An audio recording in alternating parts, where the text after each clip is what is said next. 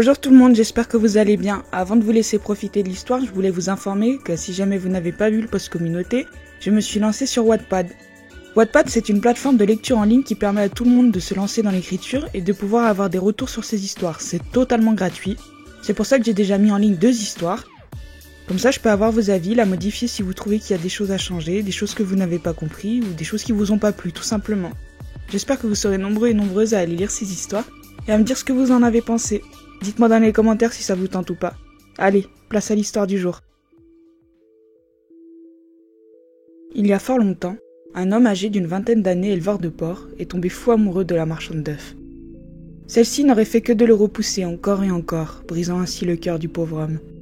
Mais il n'a jamais voulu renoncer, et est allé dans le marais où la vieille folle du village habitait, celle prénommée la sorcière par tous les habitants. Trop effrayé par ses pouvoirs pour la dénoncer et la brûler, alors ils l'ont laissée en vie, mais tout de même à l'écart. Après de nombreux jours à hésiter, il y est allé et a adjuré un élixir d'amour afin de faire tomber la jeune marchande et de la demander en fiançailles devant tout le village. Il avait à la fois peur de la sorcière et en même temps il voulait tellement marier cette femme qu'il trouvait si belle, avec ses longs cheveux blonds qui brillaient tels les blés au soleil, et ses yeux bleus qui ressemblaient à s'y méprendre à l'océan tôt le matin quand l'aurore vient frapper de ses rayons l'écume de l'eau. Son cœur a battu pour elle dès le premier sourire, lorsqu'il n'était qu'enfant. Il lui avait rattrapé une poule qui tentait désespérément de s'échapper. Il n'avait alors que 10 ans, et depuis son cœur n'a jamais cessé de battre pour elle. Malheureusement, ça n'a jamais été réciproque. Elle ne voulait point de mari, à cause de son père violent. Elle avait trop peur de revivre la même chose, alors elle préférait être la solitaire du village. Lui et la folle ont discuté longuement, et après plusieurs heures de débat, ils en convinrent qu'une fois par mois, en plus de la somme demandée, il apporterait à cette vieille bique une chèvre. Mais elle ne précisa pas pourquoi. Il accepta malgré la difficulté à fournir une bête aussi souvent. Elle lui dit de repasser dans 3 mois, le temps de concocter la boisson, car il fallait réunir les ingrédients et les préparer. Il n'était plus à ça près, accepta et s'en alla. Pendant ce temps, il cessa d'importuner la demoiselle, parce qu'avant, tous les soirs, il lui proposait une balade tous les deux. Mais il ne fit rien durant 3 longs mois. Il resta là, posé sur le mur de sa petite maison, à la regarder au loin. Ses yeux n'en perdaient pas une miette. Chaque fait et geste était scruté, observé, admiré par notre jeune homme éperdument amoureux et seul. Tous les matins et tous les soirs, une fois les cochons nourris, il s'adossait sur le mur de sa bicoque et restait sans dire un mot. Parfois, ses yeux parcouraient les étoiles, avant de redescendre et de se poser sur la chevelure brillante, même la nuit, d'Eiwana. Après ces 90 jours, Solimar, notre héros, revint au domaine de la sorcière, avec comme promis la somme et une première chèvre. Elle lui donna la potion promettant de réaliser enfin son rêve, et il repartit au village. Une brève hésitation parcourra le jeune homme, puis, sans réfléchir, il fonça chez la demoiselle. Si lui la connaissait par cœur, pour elle il n'en était rien. Elle se souvenait même pas qu'il lui avait récupéré une poule à l'époque. Elle savait de lui que c'était l'éleveur de cochons du village et qu'il se prénommait Solimar, c'est tout. Mais dans la tête de cet homme fou amoureux, ils se connaissaient de longue date, et elle accepterait tout de suite de boire ce breuvage sans se poser de questions. Sauf qu'il ne s'est pas passé ce qu'il avait espéré. Il toqua à sa porte, elle ouvrit, et lui demanda ce qu'il voulait. Sans se dégonfler, il lui tendit la bouteille et lui proposa de boire un verre, en lui expliquant qu'il avait fait nombreux kilomètres pour obtenir ce rafraîchissement si goûteux. « Je ne boirai pas avec vous, je ne vous connais même pas. » lui dit-elle avec fermeté. « Mais c'est si bon, ça va vous changer. C'est un mets exceptionnel que j'ai dans les mains.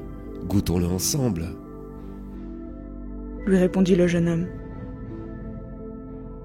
Elle claqua la porte au nez en hurlant. « Retournez à vos cochons, je n'ai pas besoin de boissons venues des pays étrangers. J'ai tout ce qu'il me faut ici. » Et se tut à nouveau. La douleur lui parcourait la poitrine. Il dut mettre un genou à terre et poser sa main sur son torse. Il sentait les battements de son cœur battre si vite, si fort. Ça lui faisait terriblement mal d'avoir été rejeté comme ça par la seule femme qui avait réussi à lui décrocher un sourire. Furibond, il partit en direction du marais. Son visage était devenu rouge. Ses veines gonflées sortaient de toutes parts, et ses jambes tremblaient de colère. Il n'y avait qu'une responsable, et c'était cette foutue vieille bique. Il arriva devant la porte et tambourina celle-ci avec hargne. « Ouvre, vieille folle, ou je défonce ta maison !»« Ah, t'es enfin ma deuxième chèvre !» lui répondit calmement la sorcière. Sans prendre garde à chez qui il pénétrait, Solimar défonça la porte et rentra en trombe chez la vieille folle. Il tomba mais se releva aussitôt, empoigna la vieille par le col et la décolla du sol avec une telle force que même elle fut surprise. « Ton élixir n'a pas fonctionné. Rembourse-moi et dépêche-toi d'en faire un autre. » Ah, t'es au moins réussi à l'inoculer. As-tu réussi à l'approcher d'aussi près? Là n'est pas la question, je veux qu'elle m'aime. Alors à toi de trouver une solution. Elle t'a rejeté, n'est-ce pas? Tu n'as pas pu l'approcher et lui faire boire. C'est pour cela que tu es là et autant hargneux. Blessée par ses propos, il lui donna un coup de poing. Elle tomba au sol soudainement. En se relevant, elle s'essuya le nez qui commençait à saigner.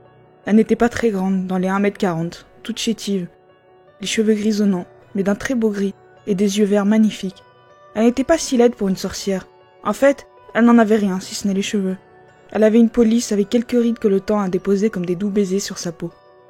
Quand celle-ci se remit debout, ses yeux avaient viré au noir ébène. Et on pouvait lire que rien ne pourrait l'arrêter. Elle prononça une formule incompréhensible en pointant du doigt le jeune homme.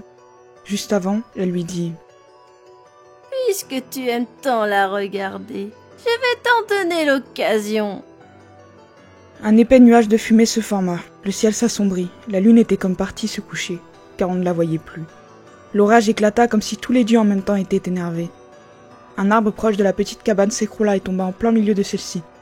Le vent était si fort qu'il hurlait dans les oreilles de tout le village, pourtant loin de l'endroit en question. Mais étonnamment, quand elle eut fini son incantation, rien ne s'était passé. Alors Solumar se releva, éclata de rire et sans un regard pour elle, rentra chez lui.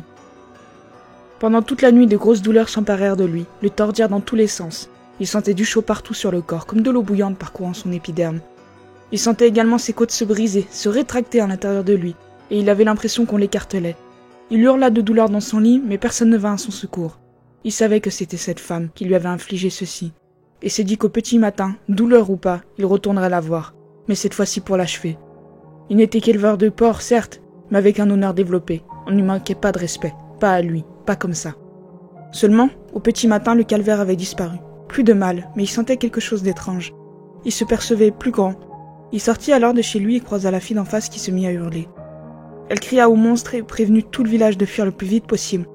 Tout le monde sortit de chez lui pour regarder ce qui se passait, et quand il le vit, tous se mirent à crier, à paniquer, à se marcher dessus les uns sur les autres, ou bien à saisir des torches et des fourches.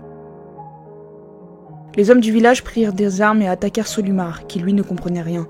Alors, dans la frayeur du moment, il fuit et courra de toutes ses forces. Étonnamment, il courut incroyablement plus vite que d'habitude. Il se prit les pieds dans une liane et roula sur plusieurs mètres dans la forêt. Arrivé à la rivière, il se rinça le visage et d'un seul coup se regarda. La vérité le frappa en pleine face. Il était devenu une créature immonde. Il devait faire pas loin des 2 mètres. Tellement maigre que ses côtes étaient visibles, ce n'était presque qu'un squelette. Sa peau était grise comme sale, ses yeux étaient injectés de sang, énormes et globuleux. On aurait dit qu'ils allaient exploser à tout moment, tant ils étaient gros sur cette tête si maigre. Sur son corps, il y avait des yeux qui bougeaient tels des bulles qui éclatent. Il disparaissait et apparaissait à d'autres endroits. Il avait également de grandes jambes et de grands bras extrêmement fins. Il comprit que c'était la punition de la vieille sorcière. Il pensa, un bref instant, à se venger. Mais si elle avait été capable de le transformer en cette chose aussi ignoble, juste en profanant une incantation, de quoi d'autre était-elle capable?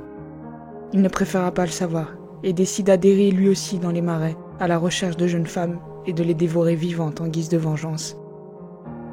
Si elle avait voulu de lui, dès le début, rien de tout ceci ne serait arrivé. Depuis, la légende raconte qu'il est dans les marais de Shirkok, le petit village maudit, et qu'il n'y est pas bon d'y être une femme seule quand vient la nuit.